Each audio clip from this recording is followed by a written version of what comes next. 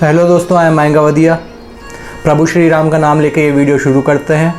अगर आपने चैनल अभी तक सब्सक्राइब नहीं किया है तो प्लीज़ सब्सक्राइब करें और बेल आइकन को प्रेस करें ताकि मेरे आगे आने वाली वीडियोस की नोटिफिकेशंस आपको मिलते रहें। तो शुरू करते हैं वीडियो।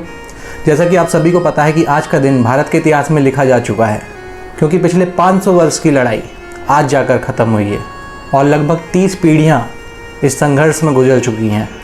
और दूसरा रीज़न ये है आज का दिन ऐतिहासिक होने का कि आज से जस्ट एक साल पहले धारा 370 को हटाकर जम्मू कश्मीर को भारत में मिला दिया गया था, तो उसकी भी फर्स्ट एनिवर्सरी है आज प्रभु राम की नगरी अयोध्या में दोपहर के समय भूमि पूजन किया गया, जिसके लिए स्वयं प्रधानमंत्री नरेंद्र मोदी जी, यूपी के सीएम योगी आदित्यनाथ और गवर्नर आनंदीबेन के साथ वहाँ पे मौजूद थे। इनके अलावा लगभग 170 गणमान्य वहाँ भूमि पूजन के समय मौजूद थे। बीजेपी के दिग्गज नेता लालकृष्ण आडवाणी और मुरली मनोहर जोशी ने भी भूमि पूजन को वर्चुअली अटेंड किया। इनका भी काफ़ी ज़्यादा योगदान रहा इस लड़ाई में। तो आज हम बहुत ही ज़्यादा शॉर्ट में ये राम मंदिर के जो 500 सालों से संघर्ष चला आ रहा है इसे कवर करेंगे, ताकि जो देश के युवा है मेरे तरह और जिन्हें इस चीज़ के बारे में पता नहीं है कि राम मंदिर का इतिहास क्या था, वो इस संघर्ष को और अच्छे से समझ सकें। तो बात है 1526 की। 1526 में Babur first battle of Panipat के बाद भारत में कब्जा कर लेता है। इस पर मैंने एक पूरा वीडियो कवर किया, आप चाहें तो मेरे प्लेलिस्ट में देख सकते हैं या फिर डिस्क्रिप्शन में मैं उसकी लिंक दे दूंगा आपको।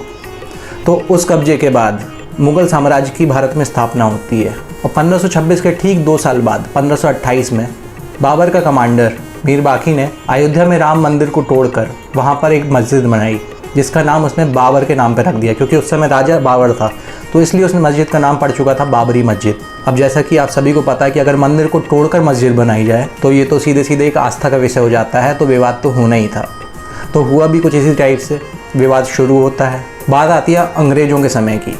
1717 में राजा जय सिंह ने अयोध्या की वो भूमि खरीद ली जहाँ पे मस्जिद बनी हुई थी, और उन्होंने हिंदू को ये अधिकार दे दिया कि वह अगर चाहें तो वहाँ पे जाके एक साइड में पूजा कर सकते हैं और मुस्लिम साथ ही साथ इबादत करने के लिए मस्जिद का भी यूज़ कर सकते हैं।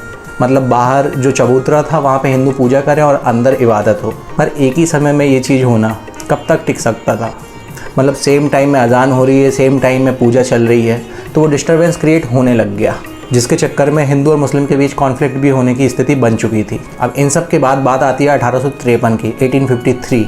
उस समय हिंदू और मुस्लिम के बीच पहली कॉन्फ्लिक्ट होती है और अंग्रेज इससे परेशान होकर अंग्रेज़ों ने यह डिसाइड किया कि बीच में फेंसिंग से पार्टीशन कर दिया जाए, ताकि हिंदू एक साइड पूजा कर सकें और मुस्लिम एक साइड इबादत कर सकें। अब अंग्रेज़ों ने फेंसिंग तो कर दी, कुछ साल इस तरीके से भी निकल जाते हैं और देश आज़ाद भी हो जाता है।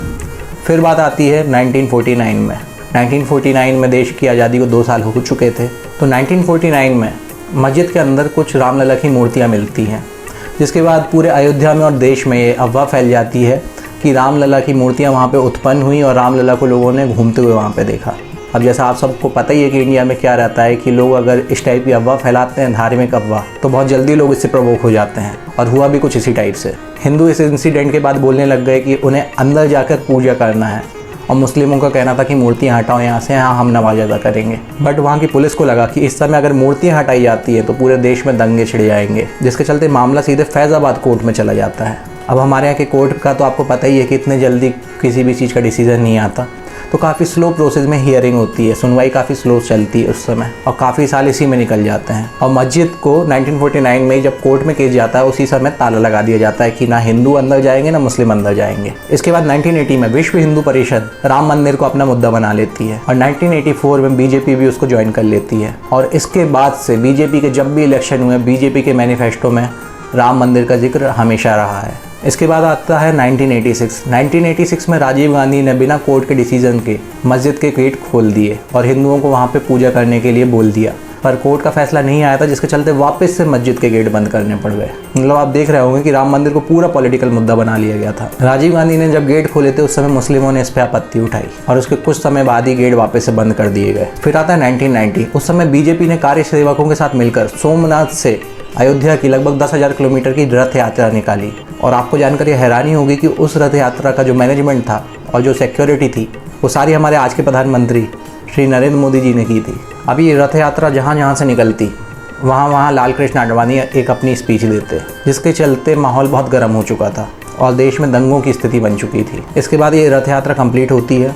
फिर आती है बात 1992 की। उस समय तक कोर्ट का आदेश नहीं आया था मंदिर और मस्जिद के विवाद में, पर उसके बाद भी कार्य सेवक वहाँ पर पिलर्स लेके गए, ईंट ले लेके पहुँचे और काफ़ी भीड़ 1992 में इकट्ठी हो जाती है। वहाँ पर बीजेपी के नेताओं का भाषण होता है। फिर 6 दिसंबर 1992 में एक ही दिन में बिना कोर्ट के फैसला आए कार्य सेवकों ने बाबरी मस्जिद को गिरा दिया। इसके बाद पूरे देश में कर्फ्यू जैसा माहौल हो जाता है, कई लोग अरेस्ट होते हैं। इनफैक्ट जो यूपी के सीएम थे, बीजेपी गवर्नमेंट थी, सीएम को भी तुरंत इस्तीफा देना पड़ जाता है। इनफैक्ट जो आपने गोधरा कांड सुना होगा गुजरात का 2002 में जो हुआ था, वो भी अयोध्या के कारण ही हुआ था। तो ये मंदिर विवाद काफ़ी समय से चला आ रहा था। फिर आता है 2003 में आर्कियोलॉजिकल डिपार्टमेंट को वहाँ पे खुदाई के आदेश दिए जाते हैं और जब वहाँ पे खुदाई करी जाती है तो आपको जानकर हैरानी होगी कि वहाँ पर नीचे मंदिर के पिलर मिलते हैं। अब ये मंदिर के पिलर थे, ये आप इसलिए बता सकते हैं कि वो पिलर की डिज़ाइन उसी टाइप से थी, उसमें जैसी आकृतियाँ बनी थी वो उसी टाइप से थी जिस टाइप से पिलर मंदिर में यूज़ किए जाते हैं। तो जो 2019 का जजमेंट आया,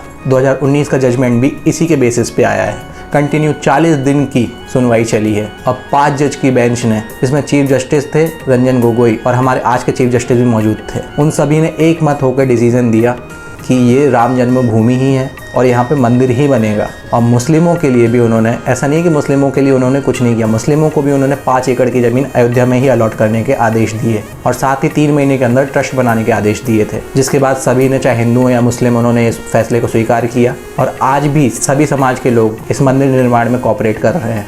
ये काफ़ी अच्छी बात है हमारे देश की। लोगों को लगता होगा कि राम मंदिर को इतना इंपॉर्टेंस क्यों दिया जा रहा है। बहुत से लोग हैं जिन्हें अभी चीज़ों के बारे में पता नहीं है, वो ये चीज़ सोचते हैं। तो मैं उनको ये बता दूं कि राम मंदिर बनने से दुनिया में भारत की संस्कृति का विस्तार होगा, जो भारत की सॉफ्ट पावर है वो बढ़ेगी, क्योंकि भगवान राम को सिर्फ भारत ही नहीं और भी कई देश पूजते हैं, चाहे वो श्रीलंका हो या थाईलैंड हो या मलेशिया हो।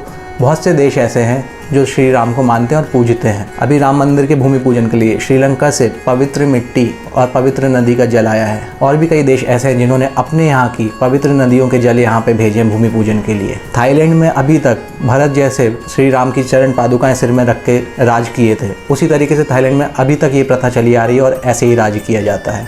मलेशिया में श्री राम को इतना मानने वाले हैं कि लोग वहाँ पे कई जगहों के नाम राम जी के नाम पे रखते हैं, लोग अपने नाम के साथ राम को जोड़ते हैं। तो आप खुद समझिए कि इससे भारत की कितनी ज़्यादा प्रतिष्ठा बढ़ने वाली है। राम मंदिर बनने का इंतजार सिर्फ भारत को ही नहीं, दुनिया के कई देशों को है और काफ़ी समय से था। राम मंदिर बनने से एक और फ़ायदा है कि हमारे यहाँ टूरिज़्म बढ़ेगा। जैसे अभी तक सिर्फ 4 धाम को हम पूजते थे, अब 4 धाम के साथ साथ राम मंदिर भी एक धाम बन जाएगा। ये भारत के आज़ादी के बाद दूसरी बार हुआ है। आज़ादी के तुरंत बाद पहले सोमनाथ मंदिर को रीबिल्ड किया गया था, जिसका राष्ट्रपति ने उद्घाटन किया था, और अब राम मंदिर भूमि पूजन किया गया। तो ये सारी चीज़ें थी राम मंदिर के बारे में। आई होप आपको वीडियो पसंद आया हो। तो आज के लिए बस इतना ही, मिलते हैं नेक्स्ट वीडियो में। जय हिंद।